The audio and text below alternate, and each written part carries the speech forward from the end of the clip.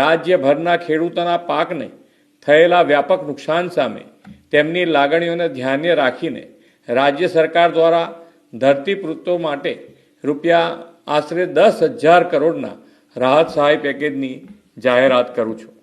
નમસ્કાર, વિશેષ ન્યૂઝમાં હું દિનેશ સિંધવ તમારું સ્વાગત કરું છું. ગુજરાતના મુખ્યમંત્રીએ ખેડૂતો માટે રૂપિયા 10,000 કરોડના રાહત પેકેજની જાહેરાત કરી છે. એક ખેડૂતનો દીકરો છું, પત્રકાર તો છું જ, વિશેષ ન્યૂઝનો ફાઉન્ડર છું. તો મુખ્યમંત્રીને હાથ જોડીને વિનંતી કરું છું કે ખેડૂતો માટે આ માત્ર ચણા મમરા બરાબર છે. એટલા માટે કહું છું કે ગુજરાતમાં ખેડૂતોની સંખ્યા મારે તમને ગણાવી નથી. ગુજરાતમાં કેટલા ખેડૂતો છે ને કેટલા ભાગે પડીને આવશે એ પણ મારે કહેવું નથી, કારણ કે વિપક્ષમાં છું નહીં.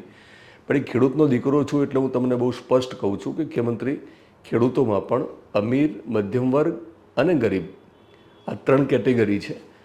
તો મધ્યમ વર્ગનો ખેડૂતનું પ્રમાણ ખૂબ મોટું છે, ગરીબ ખેડૂતનું પણ પ્રમાણ ખૂબ મોટું છે.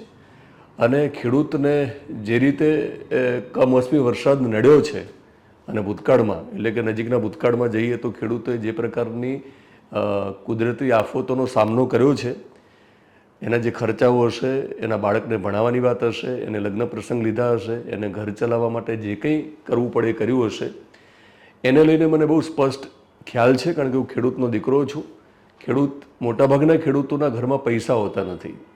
મોટાભાગનો ખેડૂત પાક ધિરાણ ઉપાડી અને દેવામાં ડૂબેલો છે. આજનો જે ખેડૂત છે એ તમને ભલે જગતનો તાત લાગતો હોય, પણ મારી દ્રષ્ટિએ એ દેવાદાર છે. તો હું ગુજરાતના મુખ્યમંત્રીને હાથ જોડીને વિનંતી કરું છું કે તમારા 10,000 કરોડથી કશું થવાનું નથી. વિરોધ પક્ષ તમારી ઊંઘ હરામ કરશે, વિરોધ પક્ષ તમને સવાલો પણ કરશે કે આ 10,000 કરોડને તમે જ્યારે વહેંચવા જશો તો કેટલા અને કેટલા ભાગમાં આવશે. તો મારી દ્રષ્ટિએ કંઈ બહુ મોટી રકમ ભાગમાં આવવાની નથી. ખાતર લેવા જઈએ તો પણ ખાતર મોંઘું છે. ટ્રેક્ટર હકાવીએ, જે ભાડે ખેડૂતો હકાવે છે, એને ખબર છે, જેને પોતાને ટ્રેક્ટર નહીં હોય તો એનું ભાડું પણ નીકળે એવી પ્રકારની પરિસ્થિતિ નથી. બિયારણ લેવા જઈએ તો પણ બિયારણ મોંઘું છે. અને સરકારની કૃપાથી જે પ્રકારે એગ્રો સેન્ટરોવાળા આપણને બેફામ ખેડૂતોને ન જોઈતી હોય એ પણ દવા પટકાડે છે, પધરાવે છે, એટલે એ પણ અમને મોંઘું પડે છે. ચલો, ત્યાં કશું ન કરો તો ચાલશે, પણ કમોસમી વરસાદના કારણે ખાસ તો તમને ફરજ પડી છે. તમને ફરજ પડી છે કે આ વખતે ખેડૂતોને કંઈક આપવું તો પડશે. કારણ કે જે રીતે ગોપાલ ઇટાલિયાથી લઈ અને વિપક્ષના જે બાકીના નેતાઓ આક્રમક મૂડમાં છે, તેઓ પણ ખેતી કરી રહ્યા છે. એક એમના માટે યોગ્ય મોકો છે, એટલે એ રાજકીય ખેતી કરી રહ્યા છે. ત્યારે તમને લાગતું હતું કે આ વખતે જો ખેડૂતોને કશું નહીં આપીએ તો આપણને ખૂબ મોટું નુકસાન જશે 2027માં.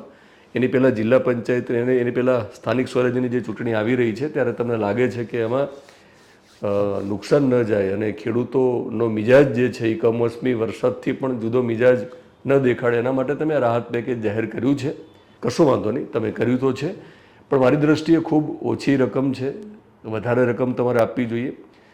તો એક પત્રકાર તરીકે હું દિનેશ સિંધવ, એક ખેડૂતના દીકરા તરીકે મુખ્યમંત્રીને હાથ જોડીને વિનંતી કરું છું કે વિશેષ પેકેજ જાહેર કરો, જેની રકમ ખૂબ મોટી હોવી જોઈએ. રકમ તમે નક્કી કરો. તમને ખ્યાલ છે કે ગુજરાતમાં કેટલા ખેડૂતો છે ને કઈ પ્રકારની પરિસ્થિતિમાં છે. પહેલી માંગ હું આ કરું છું કે વિશેષ રાહત પેકેજની જાહેરાત કરો. બીજી માંગ હું એ કરું છું કે ખેડૂતોના જે દેવા છે એને માફ કરો. ખેડૂતોના માથે જે દેવા છે એ માફ કરો, તો ખેડૂતો તમને માફ કરી દેશે. અને 2027માં હું તમને લખીને આપું છું, જો તમે ખેડૂતના દેવા માફ કરશો તો આ જ ખેડૂતો તમને જંગી બહુમતીથી જીતાડશે. તમારે બીજી કોઈ વાવણી કરવાની જરૂર નથી. તમારે બીજા કંઈ ખાતર પાણી કરવાની જરૂર જ નહીં પડે. બીજા બધા મુદ્દાઓ તમે જો બાજુમાં છોડી દેશો 2027 પહેલાં, તો ગોપાલ ઇટાલિયા આવે કે પછી કોઈ પણ નેતા આવે અહીંયા, તમારું કશું બગાડી શકે એમ નથી. પણ એના માટે તમારે એવું કરવું જોઈએ કે ખેડૂતોના જેટલા પણ દેવા છે, એટલે કે ખેડૂતોએ જે ધિરાણ ઉપાડ્યા છે, એ ધિરાણ એટલે કે એનું જે દેવું છે એનું સંપૂર્ણ માફી તમારે આપવી જોઈએ. અને મારી આ બે માંગ છે. એક વિશેષ પેકેજ જાહેર કરો જે 10,000 કરોડથી વધારે હોય. મારી દ્રષ્ટિએ તો બહુ મોટી રકમ તમારે આપવી પડશે તો જ ભેગું થાય એવું છે. અને બીજી મારી માંગ છે, જેને હું રિપીટ કરું છું, કે ખેડૂતોના દેવા માફ કરો. આ બે મારી માંગ છે. ખેડૂતનો દીકરો છું એટલે મને ખબર છે કે મોટાભાગનો ખેડૂત છે ને સુખી નથી. તમને ભલે લાગતો હોય, પણ દેવામાં ડૂબેલો છું. હું તો મારા જિંદગીના આટલા વર્ષો મેં પસાર કર્યા છે. મારા પિતાના ખાતામાં ખેતીની આવકથી બહુ મોટી રકમ જમા થઈ હોય મને ક્યારેય યાદ નથી, એમને પણ યાદ નથી. એટલે મને લાગે છે કે ક્યારેક બહુ મોટી રકમ જમા થાય તો એમને પણ નવાઈ લાગશે. તો મોટાભાગના ખેડૂતોની આ પ્રકારની પરિસ્થિતિ છે. તો હું ફરી એકવાર માંગ કરું છું અને વિનંતી કરું છું, અને ભવિષ્યમાં જો ખેડૂતોના હિતમાં સરકાર નિર્ણય નહીં લે તો વિનંતીની જગ્યાએ મને લાગે છે કે હું વિશેષ ન્યૂઝના માધ્યમથી એક અભિયાન શરૂ કરીશ. અને ખેડૂત પુત્ર હોવાના નાતે મારી આ ફરજ છે, પત્રકાર પછી પહેલો ખેડૂત છું. તો હું ફરીવાર તમને હાથ જોડીને મુખ્યમંત્રી વિનંતી કરું છું કે મારી આ માંગનો સ્વીકાર કરો, નહીંતર ભવિષ્યમાં હું આખા મુદ્દાને લઈને અભિયાન શરૂ કરીશ.